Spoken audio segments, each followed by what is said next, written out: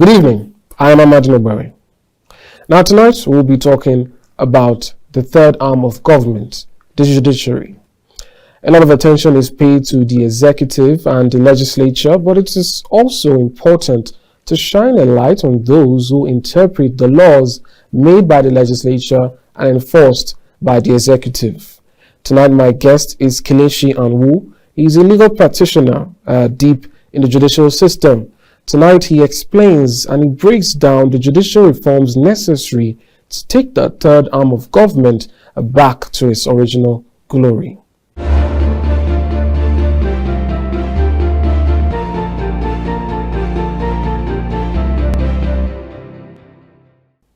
Mr. Kelechi Anwu, welcome to Top Talk. Thank you so much for having me.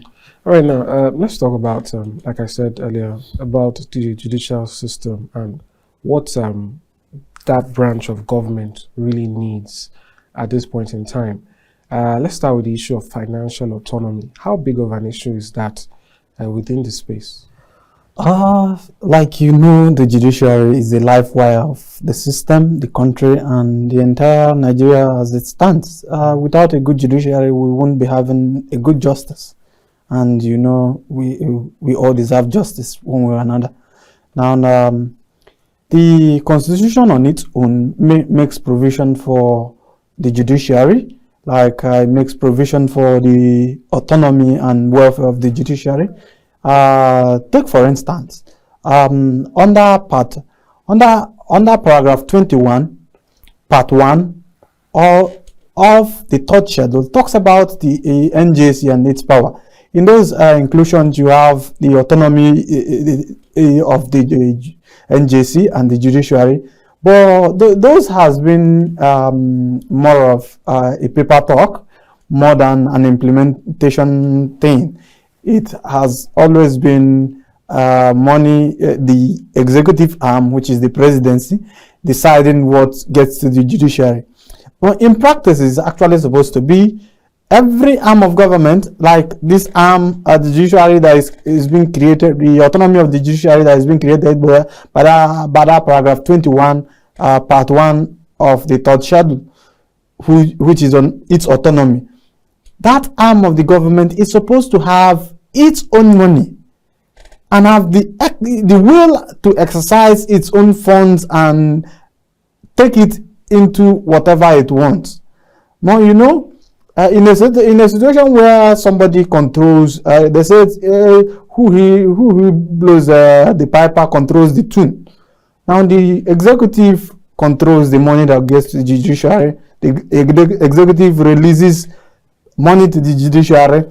The executive budget, the judiciary budget is inclusive in the executive budget. So you see, it now becomes a problem.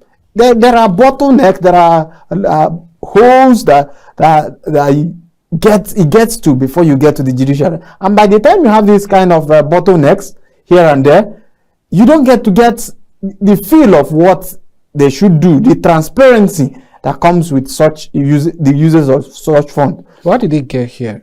How did it get here that it is still all, like you said, it already exists, the law, as you put it, but you said it's basically on paper. Why isn't it being implemented? Like you know, the law is the law, but it is left for the executive arm of the government, who has the powers to implement. They have the powers to implement. You know, we have three arms of the government: the legislators, who make the law; the judiciary, who interprets the law; and the executive arms of the government that implements the law. Now, in their implementing powers, they reserve the right to apportion these things outrightly. There is no point holding these funds as they come.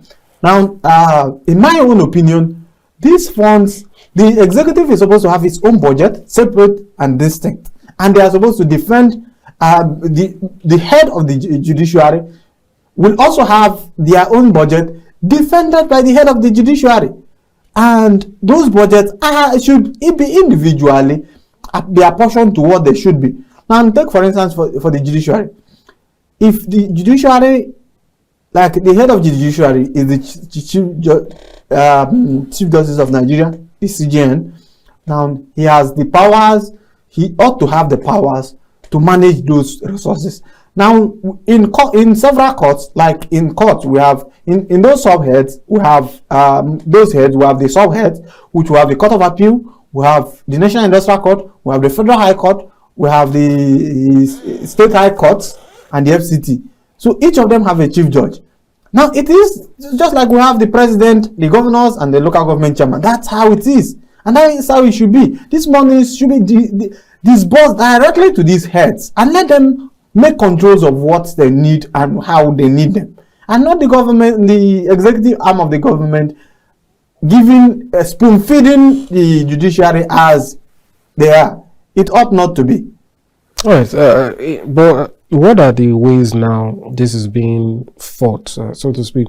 We recall that at a point, the JUSUN, if I remember correctly, the staff of the judiciary, some of them anyway, went on a strike for quite a significant amount of time, and we saw that some judges still found ways to hold cases. So, I don't know if that's a proper terminology, but we saw where some even did it over Skype. It seems as though some persons were going behind the doors to allow these things happen, and I wonder, is it unseemly for judges themselves to be a part of agitations? Because it seems as though, in a bid to maintain some level of professionalism, we never hear judges complain or condemn or in any way. They just seem to sit and take it. Is it because of the profession, or is there something that can be done? One is that the profession is tailored in a way where discipline is the order of the day. The judges imbibe so much discipline, and the rascality that comes with protest and all whatnot.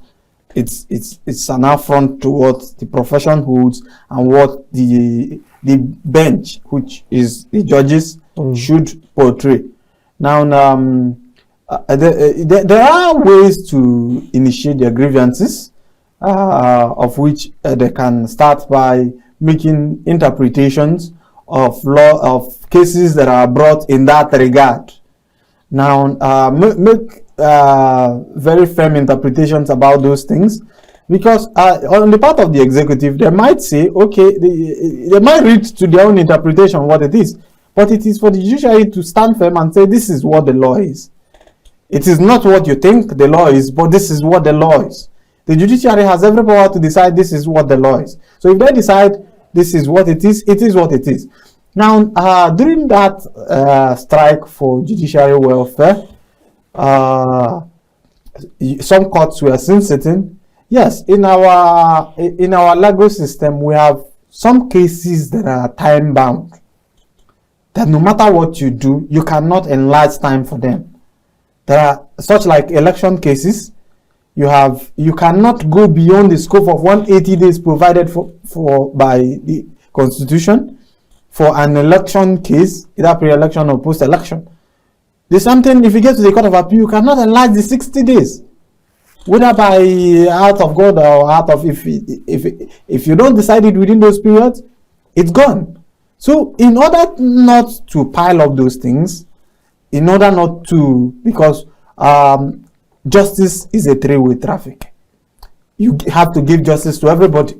So in the terms of these kind of cases that are time-bound like this, if you decide you're not coming to court and in 180 days somebody's rights is being infringed on, and the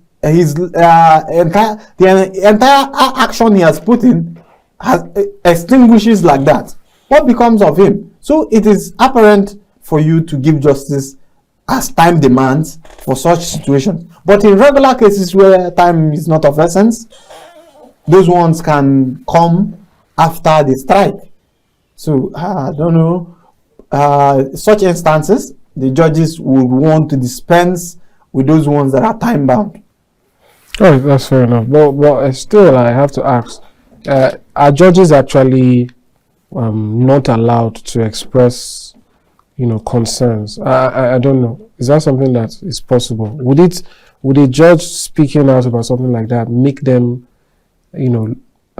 perhaps, I don't know, would it denigrate the profession? Yes, in a way. Yes, in a way. Even if they need that financial autonomy to do their jobs properly. Yes, in a way. Judges on their own cannot be seen on such a rascality ground. But however, there are proper channels to which judges can express themselves. They can do that by petitioning, making their grievances known to their body, which is the NJC, the Federal Judicial Service Commission, the State Judicial Service Commission. These three organs are there to receive these complaints by judges. And also, don't forget, the judges, before they became judges, were part of the MBAs, and they are still, anybody called to the Nigerian bar automatically becomes a member of the MBA. So an MBA is also another body that speak out for judges, and in this kind of situation, ameliorate whatever they are suffering. So if for judges to come out on their own, on their individual basis, to start making complaints about it, it does not it's not fitting for a decent judicial service. All right, that's fair enough. Let's talk about the MBA now, on something that happened recently. You already mentioned that there are some cases that require a certain amount of time. Now we have the MBA with his new president saying that, or tackling the National Assembly for burdening 77 judges with 1,800 pre-election suits, over 1,800 actually. And it says this happens because it is said that only the Federal High Court, according to the Electoral Act 2022 on some sections, that the jurisdiction exclusively belongs to the Federal High Court when it comes to matters of electoral issues. Yes. So this strain, what do you make of this? What can be done? Yes. There are. This is one critical area that Nigeria need to revisit. The jurisdiction of the Federal High Court has just been enlarged to a very bogus stance, where previously election matters can be treated at the state high courts, but now you see that those things has been rubbed off the state high court because of one thing or the other. You could see previously we used to have various conflicting decisions flying here and there. Somebody can be in Anambra and initiate an action in Zamfara, and then he gets judgment, and then the next thing. So now in this kind of situation, we have only one Federal High Court, which is empowered by the new Electoral Act. They have the exclusivity to decide on pre-election matters. So now you see we have more bulk of work on the table of the Electoral Act. And don't forget, on the table of the Federal High Court, don't forget that there are a long list of items on Section 251 of the Constitution, which specifically provides for the Federal High Court. Those long list of things, from the whole of it, is enough. And adding this is more than choking for the Federal High Court. Now, in my opinion, I would recommend that we should create more. We should appoint more judges to the Federal High Court. Or maybe, is there a cap on that? I don't know. No, for the Federal High Court there is no cap. But I was coming to that. For the Federal High Court there is no cap. But we have caps on the Court of Appeal and the Supreme Court, which on its own. At the point where those constitutions were made, we do not have this number of litigants. We do not have this overwhelming people wanting to go to court, wanting to approach it. We've never had it like this. People are becoming more exposed and much more open to options that are available to them. So you see, I feel the federal government, through the Federal Judicial Service Commission, should nominate and appoint more judges, and probably designate some judges for the purposes of pre-election. Now you have judges. Now at the moment we have judges handling over 1,000. One judge handling over 1,000 cases, How are they going to be comfortable and then deliver judgment in this over 1,000 cases for just one judge at the Federal High Court? Now, one judge or 77 judges? One judge at the Federal High Court is handling at least 1,000 cases. Now, okay, no, you're not talking about specifically election, you're talking about generally. Generally. Okay. Now you begin to see in pre-election cases, you begin to see one judge handling over 20, of which you know he has within 180 days to decide the entire of these 20. I know some judges who have more than 20 on their list. So how are they going to accommodate other subject matters that are already there before the pre-election scheme? Now, I also have issues with the Constitution, by virtue of Section 230, provides that the number of the Supreme Court shall not exceed 21.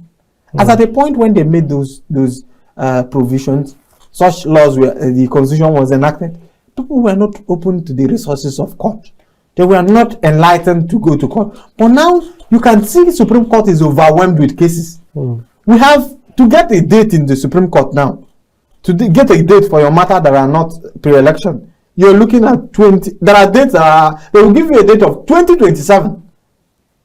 Ask me, how would somebody get a date of 2027? You know when 2027 is? And be comfortable that justice will be done in his matter. The same thing with Section 237 of the Constitution provides that the number of judges at the Court of Appeal shall not be more than 49. Now, you look at, can 49 cater for the entire 36, over 200 million people? Can 49, they are choked with matters and cases every day. Within this, like these 1,000 cases that they said they have filed over 1,000 cases, they have to decide on over these 1,000 cases within 60 days for the Court of Appeal and 60 days for the Supreme Court. If they come to the Supreme Court and Court of Appeal. So you see, we need to improve by first amending those sections, bringing in some judges, appointing some other judges. You can increase the numbers from 21. You can increase, the 21 is not tenable. At the moment, we don't even have up to 21. Well, are there people available to fill this post? Of course. I don't know if you can, for our viewers, as briefly as you can, what is actually the process to becoming a judge? Now, if you wanted to pull more judges now and buff up the numbers, where would they come from? How? For you to be a judge, you must be a lawyer. You must qualify as a lawyer and be called to the Nigerian bar. Now, for the state courts, Federal High Courts and state courts, that's the High Court and National Industrial Court, you must have practiced, you must have qualified for a minimum period of 10 years. 10 years as a lawyer to be able to be appointed either as this judge of the state high court or judge of the Federal High Court. Now, in terms of appointment as justice of the Court of Appeal, you must have qualified as a lawyer for at least a minimum of 12 years. Now, for you to qualify as a justice of the Supreme Court, you must have qualified as a lawyer called to the Nigerian bar for at least a minimum of 15 years. So you see, we have over 150,000 lawyers in Nigeria. We have senior advocates, we have lawyers who have made their mark both in all areas of law. So you can pick. You don't have to be a senior advocate. You don't have to be a senior advocate. Senior advocate is a privilege. It's a privilege accorded to persons who have distinguished themselves, or persons who willingly apply to have those such privilege, just like an honorary award. So you see, once you are called to bar as a lawyer, you are fit to practice and defend any person anywhere within Nigeria. So in appointment of these judges, you can pick from the over 150,000 lawyers that have been called to the Nigerian bar and are in practice in several spheres of law practice. So you can pick from any of them. There is no law that says you must pick that a judge, for you to appoint a Court of Appeal judge, you must pick from the Federal High Court or your State High Court or any judge before. So you can pick from the bar. we have two branches of lawyers. We have the bar and the bench. The bench are there are the judges, and the bar are lawyers who are either in practice in one area of practice or another. So you have liberty to pick from any of this any of these lawyers who are in different spheres of practice, and then fill in the number. But first of all, you might need to review the Constitution and amend those sections that peg the numbers of judges to this thing for us to get to where we're going to. All right. There was I just want to get your thoughts on this. There was a manifesto initially released by the Labour Party candidate, and there was a suggestion of having Supreme Courts in every zone. I just want to get your response to that. What do you think about that idea? It's not a bad idea. It is not a bad idea. It is also not a good idea. One is that we will need more numbers at the Supreme Court. Polarizing our Supreme Court to regions, you now have regional courts. Even in other nations, you don't have a Supreme Court. Supreme Courts are always at the center. What I would suggest is that we have more numbers of judges at the Supreme Court.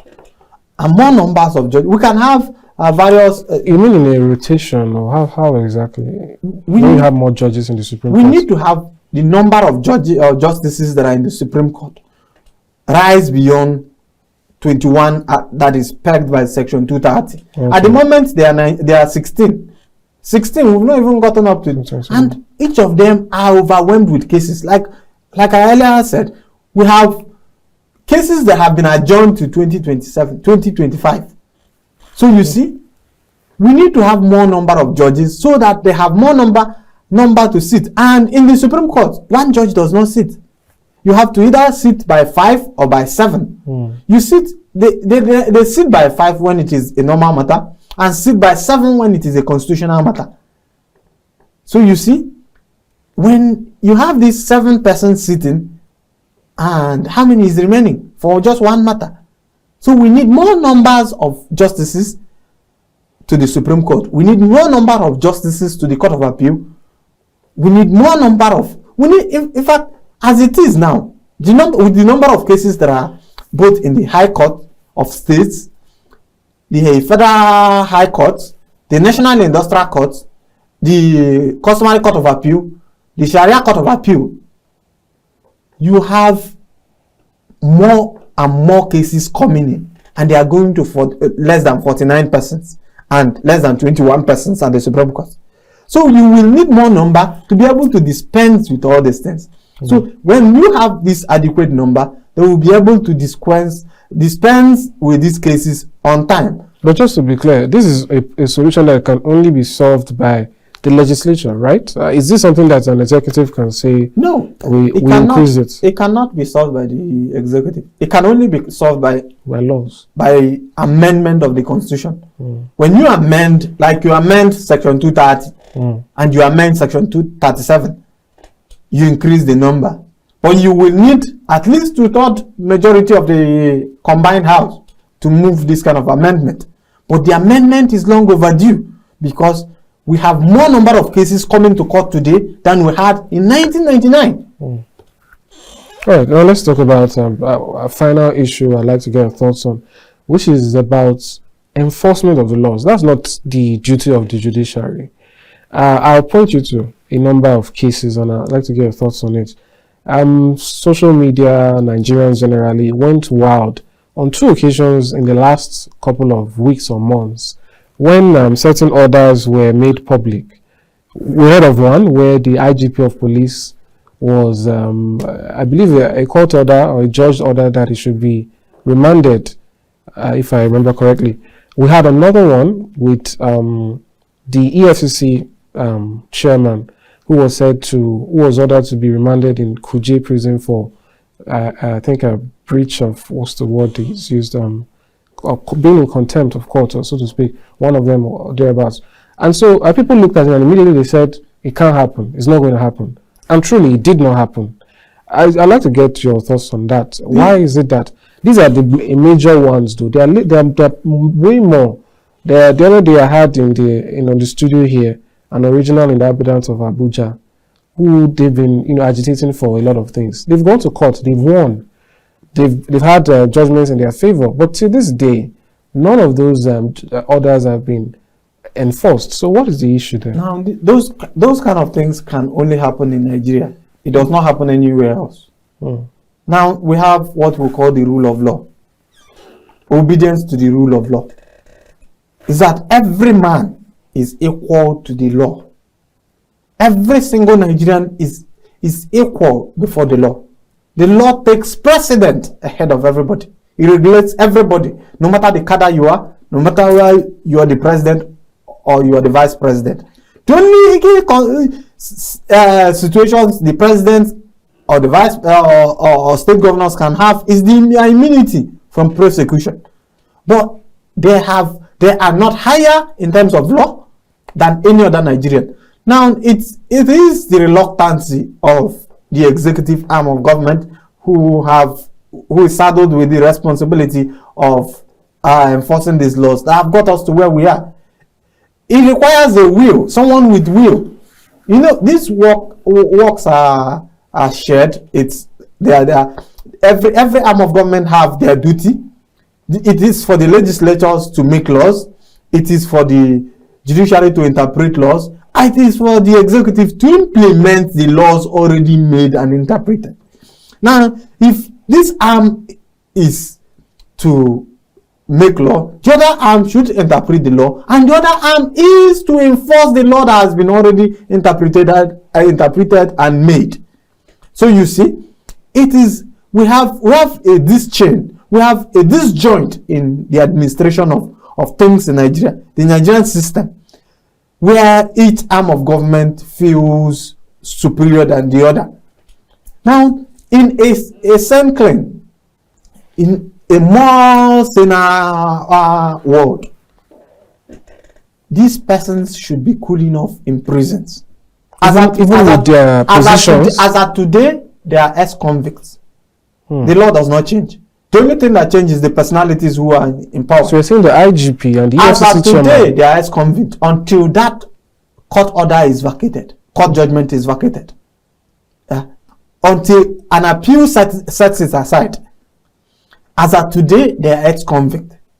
The only thing is the will of the judiciary to arrest these persons and send them to where the law has asked them to be. Now, if they have any questions as to the arrest or as to their conviction, all they need to do is we call it to apply upstairs, which means to appeal on such judgment. Now, you don't pick and choose which judgment you want to obey. So speaking about that, what you just said, appealing judgments, while in the process of appealing, does it mean that the order is paused? No. Or it has to be complied with before? You must comply with the order first. You must comply with the order first. So let me hold another instance now. Take for instance, in cases where the governor of a state, the courts, take for instance Governor Umahi, at a point, so a federal high court ruled that his defection made it, his defection ruled out his governorship.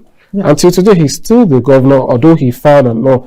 Some persons argue that the moment the order comes, you vacate and then you appeal. So you're saying that the moment for the governor, he should have. Exactly. The law is the moment a court order comes, a court judgment comes, the moment it is pronounced, you respect the pronouncement. It binds on everybody, including the president. This cannot happen in the United States of America. This cannot happen in UK. This cannot happen in any sane world. Once a court gives a judgment or an order, you must obey that order to the letter until a counter order, which is a higher order, comes. Is it that the person who gave the order vacates it, or a higher court vacates it? But in this instance, the court of the same jurisdiction. And the court of the same jurisdiction has no power to vacate an order. It means sitting on appeal on the decision of your brother. He has no such powers to vacate the judgment of a concurrent court. So when once a court gives a judgment, it is obedience to the rule of law is right. It's sacrosanct. You must obey such laws to a letter. The only thing, while obeying, you step aside, apply for stay of execution. If it has been executed, then you have to appeal. Now, when you apply for stay of execution, if the court grants that, okay, halt while we decide on the appeal, please halt the execution, let us maintain status quo as it were. But without that stay of execution, you ought to vacate whatever it is that you are doing and abide obedience to the rule of law. Abide by that decision of court. That is why the rule of law, obedience to the rule of law, is sacrosanct to every Nigerian.